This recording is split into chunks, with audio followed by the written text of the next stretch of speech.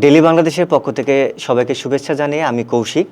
আজকে Argentina versus Cape ভার্দের match আছে, সেটা নিয়ে আমরা কথা বলবো। আমার সাথে আছে রামিম। রামিম ভাইয়া, আপনি কিভাবে দেখছেন ম্যাচটিকে?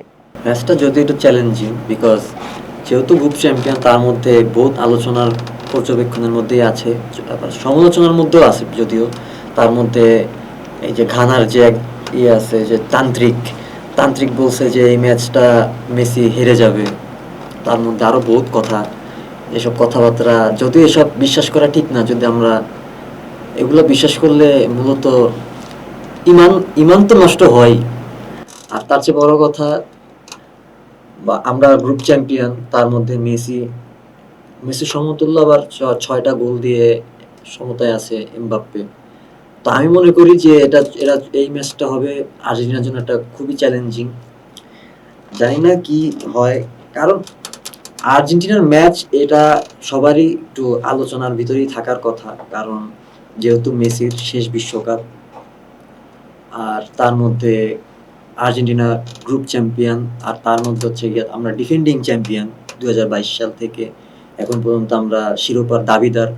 এখন পর্যন্ত শিরোপার দাবিদার। তারপরও ছোট দল বলে ওয়ার্ল্ড কাপে কিছুই না। তো ছোট ছোট আমি মনে করি না, কারণ কারণ সব দলই জেতার জন্য খেলে। ট্যাকটিক্যালি আসলে আপনি কি চিন্তা করতেছেন, আর্জেন্টিনা কোন কোন জায়গাগুলোতে আমরা ভালো করবে, কোন কোন জায়গাগুলোতে খারাপ করবে? এই বিষয়গুলো কিন্তু অনেকভাবে আসে। তার মধ্যে ধরেন কেপ ভার্দে কিন্তু খুবই কম পপুলেশন একটা জনসংখ্যার দেশ। তো আরেকটু বলে রাখি, যার মধ্যে যেটি এটা এই প্রথমবার কেপ ভার্দে আমাদের বিশ্বকাপে চান্স পাইছে। তো এবং তারা গ্রুপ স্টেজে খুব ভালো করছে। গ্রুপ স্টেজে তারা উরুগুয়ে, স্পেন, সৌদি আরব এদের সাথে খুব ফাইটিং করছে, খুব চ্যালেঞ্জিং কিছু মোমেন্ট তারা হিস্ট্রি ক্রিয়েট করছে, বিশেষ করে তাদের গোলকিপার ভিজিনো যেটা আছে।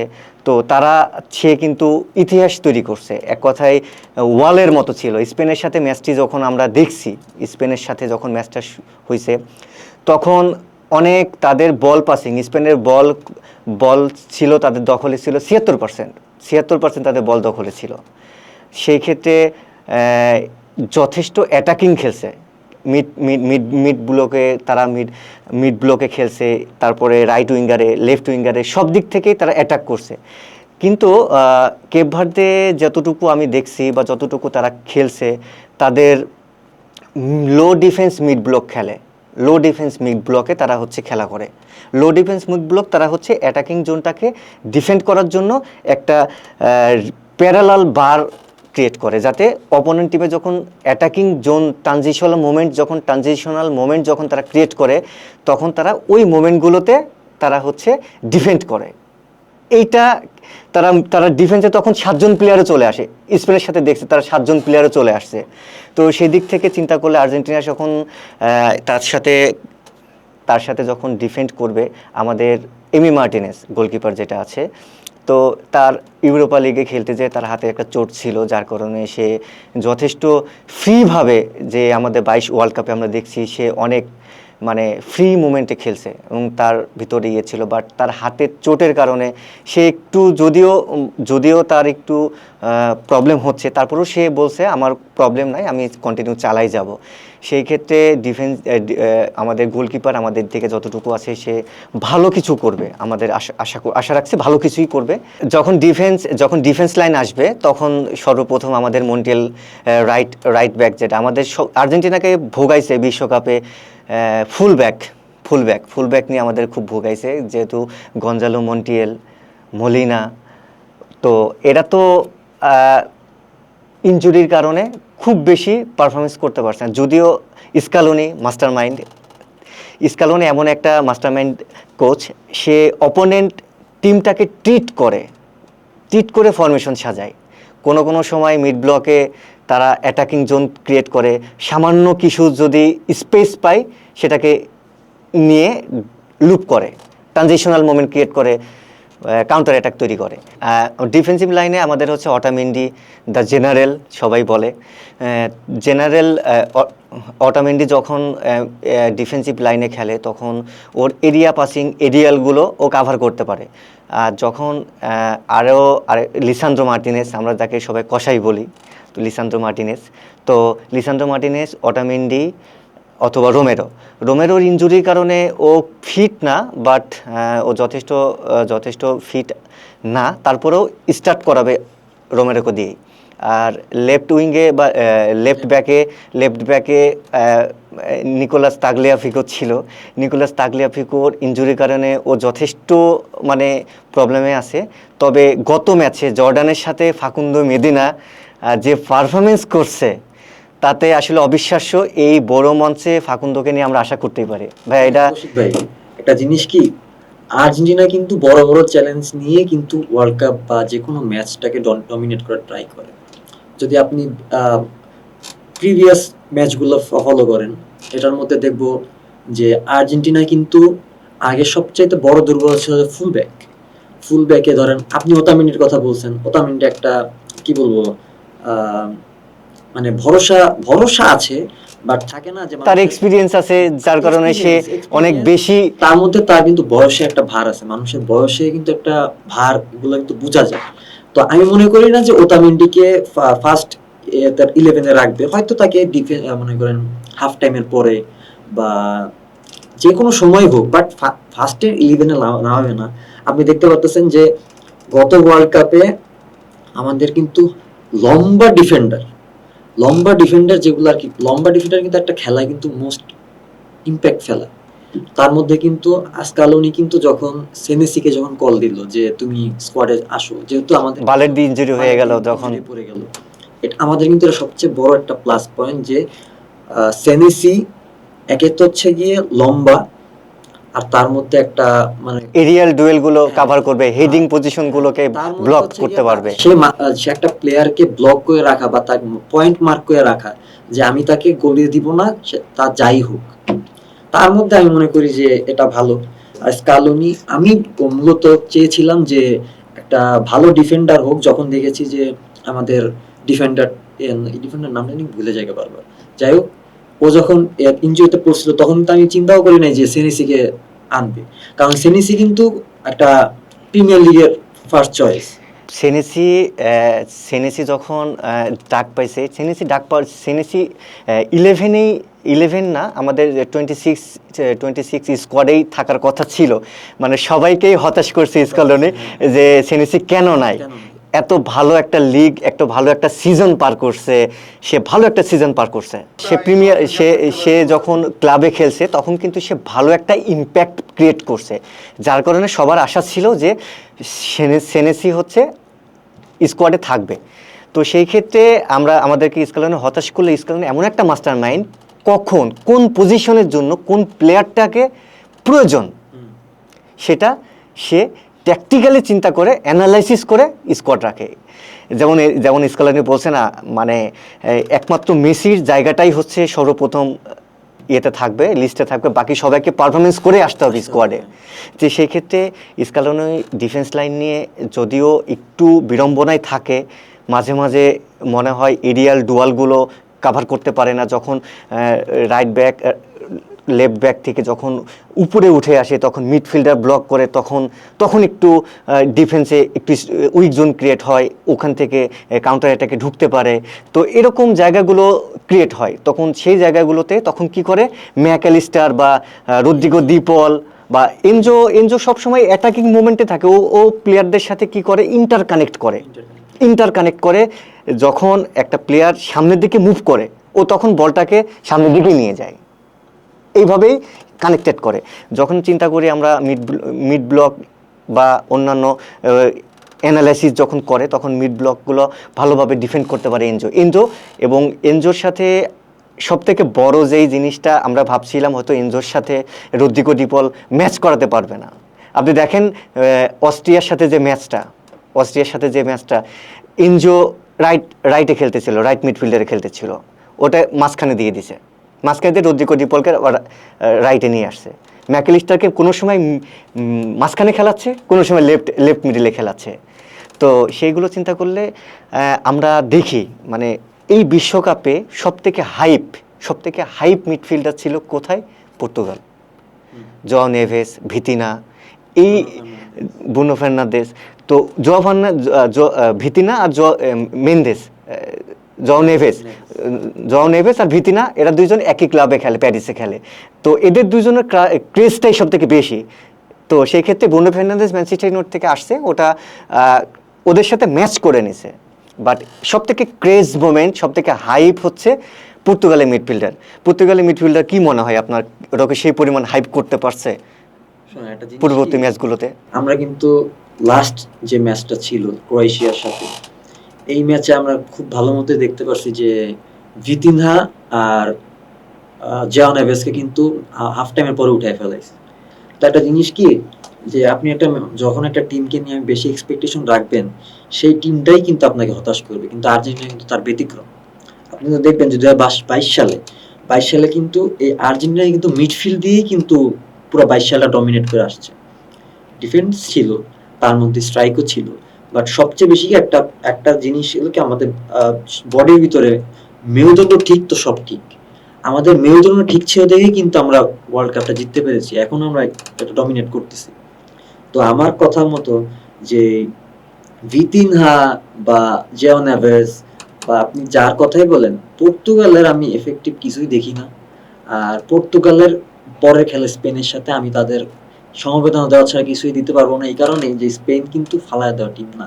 কারণ স্পেনের যেসব প্লেয়ারগুলো আছে, এরা কিন্তু লা লিগা বলেন, চ্যাম্পিয়ন্স লিগ বলেন বা এফএ কাপ বা যাই বলেন, এই যে প্রিমিয়ার লিগ, এরা কিন্তু খেলে। তো কোনো দিক থেকেই ওয়ার্ল্ড কাপটাকে ছোট করে দেখার কিছু নাই যে পর্তুগাল আচ্ছা বড় টিম, রোনালদো খেলে, আচ্ছা জোয়াও নেভেস খেলে, এরা ভালো খেলবে, এগুলোর কোনো অপশনই নাই। যেমন এই সেম কথা আমি আর্জেন্টিনা প্লাস কেপ ভার্দের ম্যাচেও বলবো, যে আর্জেন্টিনা সবাই ইউরোপে বড় বড় ক্লাবে ডমিনেট করে, আর কেপ ভার্দে একটা ছোটখাটো দল, এরা কি করবে? না, এরকম কিছুই না। যেমন ধরেন 2022 সাল পরের থেকে মানে মানে আমার ভিতরে যেটা চলে, সেটা হচ্ছে গিয়ে ছোট দল বলতে কিছু নাই আমার কাছে। যে কারণে সৌদি আরবের সাথে কিন্তু আমরা বড় একটা হোঁচট খেয়েছিলাম। হোঁচট খাওয়ার পরে কিন্তু স্কালোনি প্লাস মেসি বলছে যে আপনারা আমাদেরকে ভরসা রাখেন, আমরা আপনাদের হতাশ করব না। সেখানে আমরা কিন্তু হতাশ হইও না। আমরা ওয়ার্ল্ড কাপটা জিতেও গেছি, প্লাস ওয়ার্ল্ড কাপে কি কি হয়েছে না হয়েছে দেখছেন। এনজো ছিল গতবারের কি বলে উদীয়মান প্লেয়ার, তারপরে মেসি গোল্ডেন বল জিতছে। তো বেশি গোল্ডেন বুটও জিততে পারতো, লাস্ট মোমেন্টে পেনাল্টি শুট আউটে একটা গোল বেশি হয়ে যায়, যার কারণে হ্যাটট্রিক করে সেই ম্যাচে এমবাপ্পে। আর এক গোলের ব্যবধানে মেসি পিছিয়ে যায়, তখন গোল্ডেন বুটের দৌড়ে মেসি এগিয়ে থাকে। তো আজকে কেপ ভার্দের ম্যাচে আর্জেন্টিনা কেপ ভার্দে যেটা চিন্তা করি, প্রেডিকশন বা তারা কিভাবে কতটুকু আগাতে পারে, তো সেই ক্ষেত্রে আমার মনে হয় কেপ ভার্দে আর্জেন্টিনাকে যথেষ্ট চাপে রাখবে, কারণ ওরা লো মিড ব্লকে খেলা করে। সেই ক্ষেত্রে কিন্তু যদি আর্জেন্টিনা, আমি ধরলাম আজকে 2-0তেই জিতবে, আমার কাছে মনে হয় যেহেতু এটা হার্ড রক স্টেডিয়ামে খেলা, এটা কিন্তু মেসির চিরচেনা জায়গা, এটা হার্ড রক স্টেডিয়াম, সেক্ষেত্রে মেসি গোল পাওয়ার সম্ভাবনা পসিবিলিটি খুবই বেশি। এবং লাউটারো মার্টিনেজ আর্জেন্টিনার জার্সি পরেই এই হার্ড রক স্টেডিয়ামে 4 গোল করছিল, দফায় 2 দফা 3 দফা ম্যাচে 4 গোল করছিল। সেই ক্ষেত্রে এখানে সবাই ধারণা করছে গোল সংখ্যা অনেক বেশি হবে। তো সেই ক্ষেত্রে আর্জেন্টিনা 2-0, 3-0, 4-0 হওয়ার সম্ভাবনা আছে। তো সেই ক্ষেত্রে আর্জেন্টিনা যদি জিতে, আর্জেন্টিনার সাথে পরবর্তী ম্যাচ মরক্কো অথবা অস্ট্রেলিয়ার যে খেলাটা আছে সেটাতে যে জিতবে, অস্ট্রেলিয়া মরক্কো, আমি মনে করি অস্ট্রেলিয়া মরক্কোর সাথে হয়তো খুব একটা ফাইট করতে পারবে না। তো এই পরবর্তী যদি অস্ট্রেলিয়া ইজিপ্টের খেলা হয়, সেই ক্ষেত্রে আমরা ধারণা করতেই পারি যে আমাদের পরবর্তীতে ইজিপ্টই আমাদের রাউন্ড অফ 16-এ যেতে পারে। সেক্ষেত্রে ইজিপ্টের সাথেই যদি আর্জেন্টিনা জেতে, সেই ক্ষেত্রে খেলা আবার পড়বে। শুনুন কৌশিক ভাই, আপনি ওয়ার্ল্ড কাপে এখন পর্যন্ত কে কেমন খেলে এটা কিন্তু আপনি খেলা না দেখে বলতে পারবেন না, যে সত্যি কথা। এশিয়ার সাথে হচ্ছে মিডল ইস্টের খেলা আকাশ পাতাল তফাৎ, কারণ তারা মিডল ইস্টের যেসব ক্লাব টিমগুলো আছে, এরা কিন্তু ভালো ভালো টিমেই খেলে, আপনি যদি হিসাব করেন। মোহাম্মদ সালাহ লিভারপুলে খেলে, ওভারমার্মুশ ইয়েতে খেলে, ম্যানচেস্টার সিটিতে খেলে। হ্যাঁ। তো এখানে কিন্তু কারো ছেড়ে দিয়ে একে কথা বলবে না, এটা কিন্তু সত্যি কথা। আর তার চেয়ে বড় কথা হচ্ছে গিয়ে যে আর্জেন্টিনার বর্তমান যে খেলা সেটা হচ্ছে কেপ ভার্দের সাথে। কেপ ভার্দের পর কি হবে সেটা হচ্ছে গিয়ে ওই ধরেন মিশর বা অস্ট্রেলিয়া যেই আসুক। আর্জেন্টিনা ভার্সেস কেপ ভার্দে যে সবাই যেটা বলছে আর্জেন্টিনা তুলনামূলকভাবে খুব কম প্রতিপক্ষ, মানে খুব স্ট্রং প্রতিপক্ষ পাচ্ছে না, সেই বিষয়গুলোতে মানে আসলে আপনি কি মনে করতেছেন? আর্জেন্টিনা সাথে সহজ প্রতিপক্ষ সবাই দাবি করছে, সহজ প্রতিপক্ষ আর্জেন্টিনার সাথে কেপ ভার্দে, ঘটনাটা আসলে কেন হচ্ছে? কেন সহজ প্রতিপক্ষ পড়তে এবং পরবর্তী রাউন্ড অফ 16 সহজ প্রতিপক্ষ পড়বে এবং কোয়ার্টার ফাইনালে যে কলম্বিয়া অথবা সুইজারল্যান্ডও পড়তে পারে তখন স্ট্রং হচ্ছে, এখন তুলনামূলক সহজ প্রতিপক্ষ পাচ্ছে, এই বিষয়টাকে আপনি কিভাবে দেখতেছেন? বিষয়টা হচ্ছে কি যে ফিফা তো ওরা আগে থেকে একটা লটারি করে যে তুমি যদি জিতো, তুমি যদি গ্রুপ চ্যাম্পিয়ন হও তোমাকে এর সাথে খেলাবো, আর ধরেন আপনি যদি রানার আপ হন তখন আমি এর সাথে খেলাবো। তো সবাই কিন্তু তাদের যোগ্যতা হিসেবেই ওখানে দাঁড়ায়। তো আর্জেন্টিনা সচরাচর কি হয়েছে, ধরেন গ্রুপ চ্যাম্পিয়ন হয়েছে, 3টা ম্যাচ 3টা ম্যাচ জিতে গেছে। তো এখানে হচ্ছে কি এখন আমাদের সাথে যার খেলা পড়বে সেও তো তাদের মানে কি বলে পরীক্ষা দিয়ে আসছে। তো এখন তারা আসছে, এখন তো ভাই এরা তো লটারির মাধ্যমে আগে থেকেই হয়ে গেছে যে এখান থেকে এ আসবে, এখান থেকে আর্জেন্টিনা যদি কোয়ালিফাই করে আর্জেন্টিনা তার সাথে খেলা করবে। তো এগুলা যদি ভাই মানে বাচ্চাদের মতো কথা বললে তো আর ওয়ার্ল্ড কাপ চলে না। যেমন পর্তুগাল কলম্বিয়ার সাথে ড্র করার কারণে পর্তুগাল পর্তুগাল- অনেকেই হাইপ তৈরি করছে যে পর্তুগাল নাকি ইচ্ছে করে কলম্বিয়ার সাথে ড্র করছে যাতে আর্জেন্টিনার সাথে প্রতিপক্ষ না হওয়া লাগে, বা এরকম কোনো কিছু একটা সবাই আলোচনা তুলে ধরছে। সেই ক্ষেত্রে আপনার কি মনে হচ্ছে বা আপনি কি বিশ্লেষণ করতে চাচ্ছেন এই বিষয়টাকে? বিশ্লেষণ করার মতো কিছুই নাই। এখন যদি কলম্বিয়া তারা একটা দেশ থেকে ওয়ার্ল্ড কাপ রিপ্রেজেন্ট করতেছে, অবশ্যই তারা চাবে যে ম্যাচ জিতবো, পর্তুগাল চাচ্ছে করব। তো এখন কথা হচ্ছে কি যে পর্তুগাল কি করছে কি করে নাই আর তাদের মনের মধ্যে কি চলে আমরা কিন্তু সেই জায়গায় আমরা যাইনি। তো শুধু শুধু এসব মানে বানায় বানায় কথা বলা আমি মনে করি না যে এরকম যুক্তিগত মধ্যে পড়ে। মেইন কথা কি যে তারা যদি তাদের যোগ্যতাটা ধরে রাখতে পারে দেন তারা একটা রেজাল্ট করে দেখাবে। এখন আর্জেন্টিনা যদি সহজ প্রতিপক্ষ পায়, সহজ প্রতিপক্ষ তো আর মাটি কাটতে কাটতে ওয়ার্ল্ড কাপে যায় না, তারাও তো ওরকম ভাবেই তাদের যোগ্যতা প্রমাণ দিয়ে তারা ওয়ার্ল্ড কাপে গেছে। তো আমি মনে করি না এসব কথাবার্তার কোনো মূল্য আছে বা ভিত্তি আছে, আমি এসব কথা কোনো সময় গায়েও লাগাই না। তাদের মুখ আছে তারা বলে যাক, আমাদের খেলা আছে আমরা খেলা দেখাই যাই, এটা নিয়ে কোনো মাথা আশা করছি আজকে আর্জেন্টিনা অবশ্যই। আর্জেন্টিনা কেপ ভার্দের সাথে খুব ভালো একটা স্কোর লাইন করবে, অথবা আর্জেন্টিনা আহ, জিতবে, এটাই আমরা চাই। আর্জেন্টিনা ফ্যান হিসেবে আমরা অ্যাজ ইট ইজ এটা চাই। আশা করছি আর্জেন্টিনা ভালো স্কোর লাইন করবে, আর্জেন্টিনা ভালো কিছু করবে। তবে একটা ইন্টারেস্টিং ব্যাপার আমার কাছে যেটা লাগছে, যে কেপ ভার্দের প্রেসিডেন্ট আর্জেন্টিনার আর লিও মেসিকে তার নাম্বার 10 জার্সি উপহার দিবে, এটা আপনার কাছে কি মনে হচ্ছে? আপনার কাছে শুনেন, মেসি মেসি কিন্তু সবার কাছে একটা আবেগের নাম। আর তার চেয়ে বড় কথা মেসি যেমন সম্মান মানুষকে দেয় সেমন সম্মান অর্জনও করে। তো এই পক্ষে আমার কোনো মতবাদ নাই। তারাই স্মরণীয় করে রাখতে চাচ্ছে তা তো আর্জেন্টিনা ভার্সেস অবশ্যই, কেপ এখন ভার্দের কেপ ম্যাচটা, তারা ভার্দের ইতিহাস তৈরি করার জন্য। জীবনের প্রথম ওয়ার্ল্ড কাপ তাদের, তো তারা চাবে না যে আমাদের প্রথম ওয়ার্ল্ড কাপটা ওরকম ভাবে আমরা মেমোরিজটা ক্রিয়েট করি যাতে আমরা ভবিষ্যতে বলতে পারি বা আমাদের কথাটা সবাইকে জানাইতে পারি। যেহেতু তারা একটা ছোট একটা হিস্ট্রি করতে চাচ্ছে হিস্ট্রি করতে যায়, তার মধ্যে তারা একটা ছোট রাষ্ট্র, তো তার মধ্যে তাদের এক্সপেকটেশন অনেক। অনেক। তো তারা আমি চাই যে একটা ভালো স্কোর লাইন নিয়েই আর্জেন্টিনা কেপ ভার্দের ম্যাচটা হোক, কারো মনের মধ্যে আঘাত না থাকুক। আর সবচেয়ে বড় কথা মেসি বর্তমানে তাদের শেষ ওয়ার্ল্ড কাপ, শেষ ওয়ার্ল্ড কাপের মতোই থাকুক। তো আমার আর বেশি এক্সপেকটেশনের কিছু। দেখতে দেখতে আলোচনার শেষ পর্যায়ে আমরা চলে আসছি। আমাদের সাথে থাকার জন্য আপনাকে ধন্যবাদ। ধন্যবাদ সবাইকে। আর্জেন্টিনা ফ্যানদের জন্য শুভকামনা রইল। ভালো থাকবেন।